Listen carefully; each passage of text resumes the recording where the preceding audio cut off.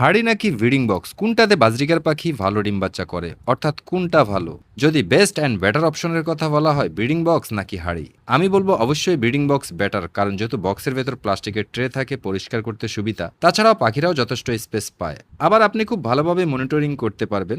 অপরদিকে হাঁড়ি পরিষ্কার করতে বা পাখিদের মনিটরিং করতে একটু পরিশ্রম করতে হয়। তবে বাজরিকার পাখির জন্য ম্যাক্সিমাম মানুষই হাঁড়ি ব্যবহার করে, কারণ একটাই, হাঁড়ির দাম কম, তাই সেটআপে খরচও কম।